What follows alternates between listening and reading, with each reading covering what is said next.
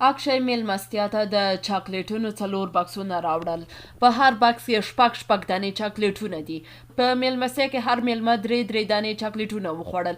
په پای کې هیڅ یو چاکلیټ هم پاتې نشو. نو په میلمستیا کې په ټول څو کسان وي، یعنی میلمستیا ته به څومره کسان راغلي وي.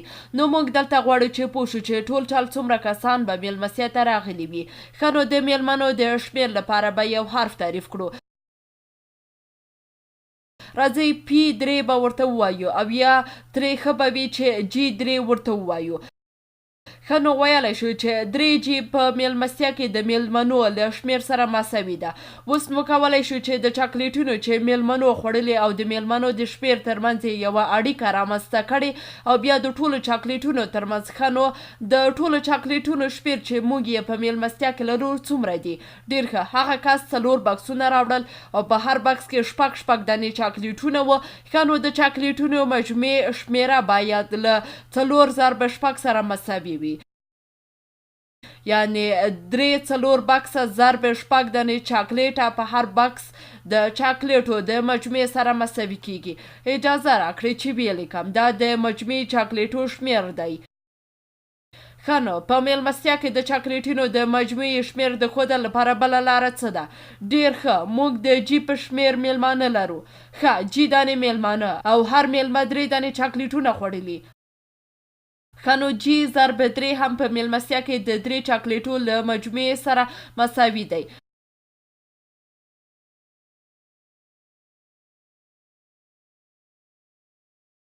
ښه، نو دا دواړه باید یو له بل سره مساوي واوسیږي. نو موږ پوهیږو چې 4 ضرب شپږ 3 څو کیږي؟ ویلی شو چې 4 ضرب شپږ یو عدد کیږي او جی ضرب 3 له هماغه عدد سره مساوي دی. نو جی باید څو وي؟ راځئ پړاو په پړاو به ښه فکر ورته وکړو. راځئ چې 4 ضرب شپږ تصور کړو. نو دلته د چاکلیټو یو بکس دی چې پکې شپږ دانې چاکلیټ دي. ښه، نو دا 1 ضرب شپږ، 2 ضرب شپږ، 3 ضرب شپږ او 4 ضرب شپږ. او بیا ویلی شو چې 3 ضرب شپږ له شپږ جمع شپږ جمع شپږ جمع شپږ سره یو شان دی، کوم چې شپږ جمع شپږ 12 18 او 24 کیږي. ښه، نو په چپ طرف کې 24 لرو، یعنی 24 مو لاسته راوړل او موږ پوهیږو چې دا باید په میلمستیا کې د میلمنو له شمېر سره مساوي واوسیږي. باید په میلمستیا کې د میلمنو له شمېر ضرب 3 سره مساوي وي. ښه، نو 2 ضرب 3 24 کیږي. د جی ضرب 3 مساوي په 24 د بیانولو بله لاره دا ده چې وایو 24 تقسیم په 3 له جی سره مساوي دی او باید هم 3 له جی سره مساوي شي. 24 تقسیم په 3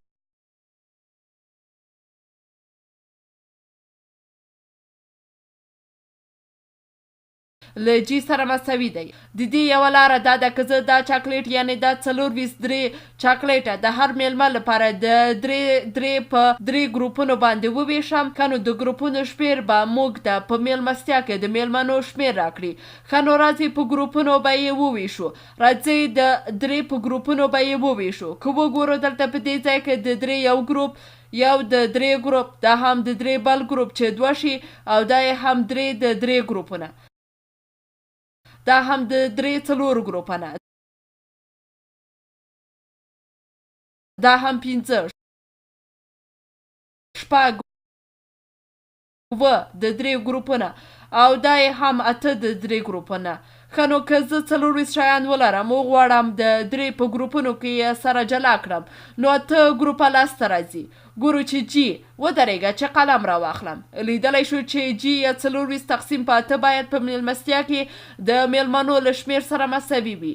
د دې د حل بله لاره دا ده چې وګورئ دلته د جی 3 یو مبهم عدد لرو، کوم چې موږ غواړو پیدا یې کړو. په دې میلمستیا کې د میلمنو شمېر ضرب 3 له 24 سره مساوي دی.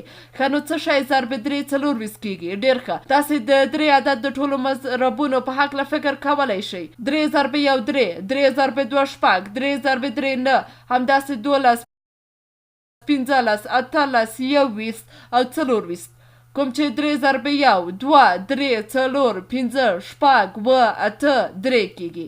3 ضرب 8 24 کیږي. نو د میلمنو شمېر باید 8 نفره واوسیږي، یا جی باید له 8 سره مساوي شي بیا ویلی شو چې موږ په میلمستیا کې دقیقا 8 کسه میلمانه لرو.